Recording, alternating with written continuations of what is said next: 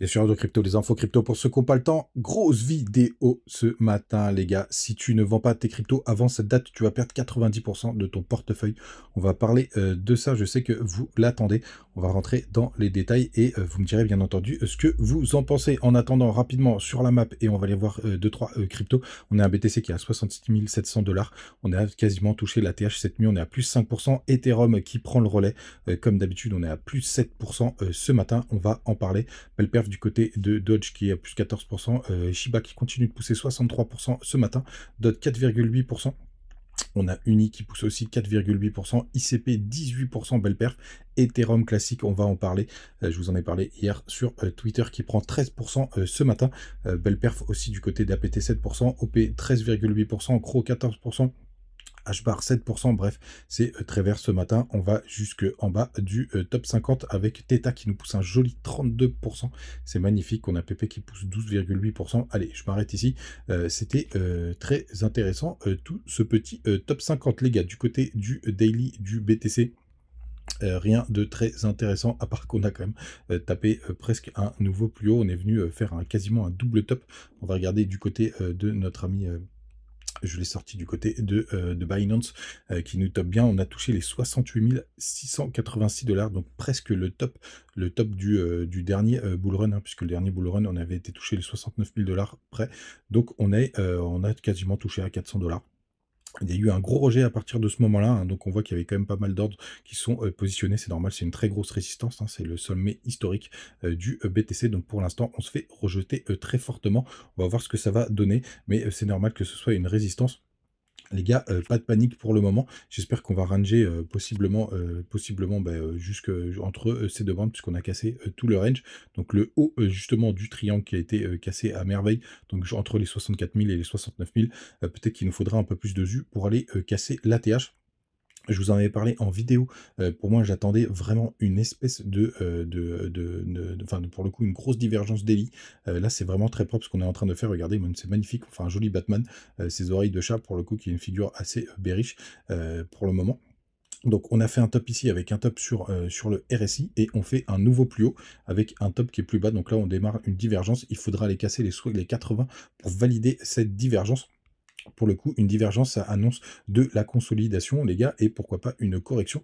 Donc on va voir bien évidemment ce que ça va donner, mais le scénario est respecté à merveille pour le moment. On parle d'une petite crypto, puisqu'hier, je vous avais dit du côté de Twitter que je rentrais en longue sur ETH tout simplement parce que ETH contre BTC, je suis rentré en longue pardon, sur ETC puisque ETH contre BTC était sur un gros support et qu'en général, après un pump du BTC, c'est ETH qui pump et quand ETH pump, vous avez tout simplement en général les layer 2 qui commencent à sortir du bois, mais aussi Ethereum classique. Donc je suis rentré pile au moment où on a touché cette trendline, hein, je vous l'ai partagé sur Twitter, et je suis rentré sur Ethereum classique. Alors sachez que j'ai pas pris je prends pas des très très gros leviers en ce moment.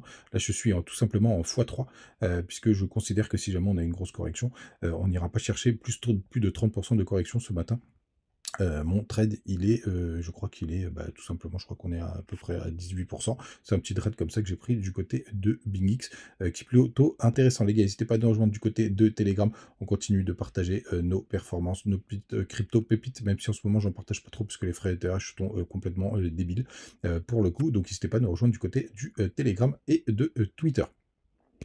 Les gars, si vous ne vendez pas avant cette date, vous allez perdre 90% de votre portefeuille, de vos cryptos. N'oubliez pas qu'en bear market, tout simplement, si jamais vous restez positionné sur les altcoins, même sur le BTC, vous allez perdre jusqu'à même parfois 99%. Même il y a des cryptos qui se relèveront jamais. Le BTC, il a perdu à peu près 75%, je crois, au dernier bull run. On a BNB qui avait un peu plus tenu et Matic. Mais en tout cas, si vous n'êtes pas sorti lors du dernier bull run, vous avez perdu entre 75 et 90% de votre portefeuille.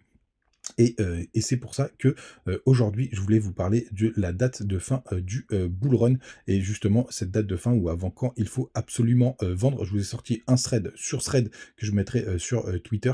Mais ça permet enfin, ceux qui étaient sur thread, vous l'avez vu en avant-première. Mais ça permet de structurer ma pensée. Donc, je voulais vous en parler. En tout cas, ce que vous savez, c'est que tous les jours, quand je vous partage Quand je vous partage une analyse, je vous ai déjà, dit que j'avais déjà positionné, toutes mes ordres, enfin pas mes ordres de vente, mais toutes mes zones de vente, hein, qui se situent entre, décembre 2024 et mars 2025. Pourquoi décembre 2024? Tout simplement parce qu'on est très en avance sur ce cycle, donc on pourrait toper, en avance, et mars 2025, je vais vous expliquer pourquoi, dans cette, vidéo. Donc tout d'abord, timer marché, sachez les gars que c'est quasiment impossible. Ça, il y a beaucoup de gens qui vous disent que c'est impossible et ils n'ont pas complètement tort, mais c'est aussi très difficile de définir des targets de sortie, même si on en a défini pour ce bull run. En tout cas, ça me permet aussi de structurer si jamais j'atteins mes objectifs et de savoir qu'il faut absolument que je sorte. En décembre 2023, vous avez donné un scénario avec une date potentielle du bull run grâce au système Ishimoku en monthly. Je vous ai mis la vidéo ici, je vous la mettrai au lien aussi du côté de Twitter pour que vous ayez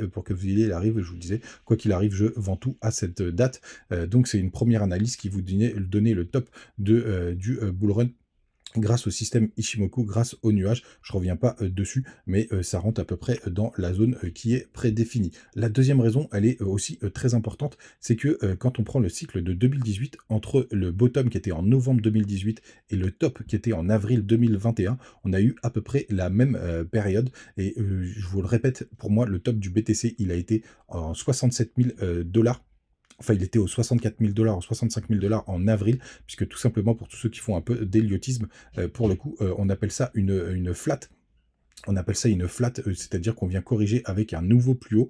Ça peut être, donc moi je considère, et d'ailleurs c'est ce que confirme le P-Cycle, que le top a été en avril 2021. Et si on prend à peu près cette même période du bottom jusqu'au top, on arrive à peu près sur mars-avril 2025. Donc c'est une deuxième raison qui me dit que tout simplement il faut sortir du marché maximum en mars 2025, comme l'indiquait l'analyse du système Ishimoku. Et la troisième raison, et il y en a plein d'autres, je vous ai sélectionné les meilleurs, mais c'est tout simplement au niveau des alt, puisque très souvent, en fait, on réplique à peu près les mêmes mouvements. On appelle ça AB égale CD. Et donc, sur le Total 3, donc toutes les cryptos, sauf le BTC et l'Ethereum, on a eu, sur le dernier bull run, on est parti de 28 milliards enfin 28 000 milliards pardon, de capitalisation sur les alts, et on est monté jusqu'à 982 000 milliards, donc quasiment 1000 milliards. Et quand on réplique cette performance, on arrive à une date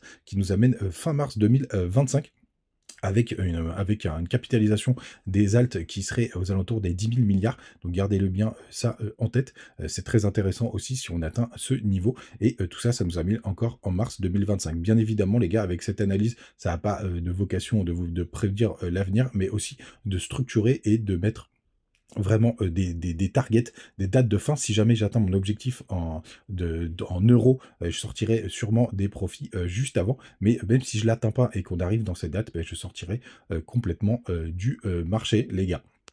Quoi qu'il arrive, n'oubliez pas, même si je vous dis souvent la Porsche ou la rue, pour le coup, à un moment donné, il faut bien sortir du top enfin, faut bien sortir du bull run, parce que sinon, on va juste partir avec une main devant, une main derrière, et c'est ce qui arrive très souvent. N'oubliez pas qu'il y a 90% des personnes qui se font éclater dans le marché.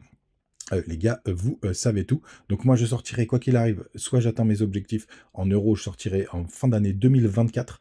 Si jamais j'ai pas atteint mes objectifs et que je vois que on est plutôt bien avancé, il y a plein d'autres petits indicateurs, mais on le partagera à chaque fois tous ensemble. Pour le coup, je sortirai maximum en mars 2025, et vous voyez, c'est directement dans mes graphiques. Donc si vous me suivez tous les matins, vous saurez ce que je fais exactement et quand est-ce que je sors, parce que vous verrez le graphique qui apparaît à l'intérieur de ça. Les gars, vous savez tout.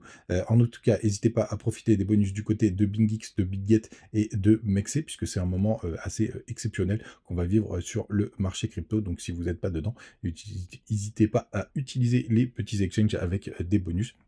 Et surtout à me dire ce que vous en pensez en commentaire. On se retrouve comme d'habitude tous les matins. Ciao les gars!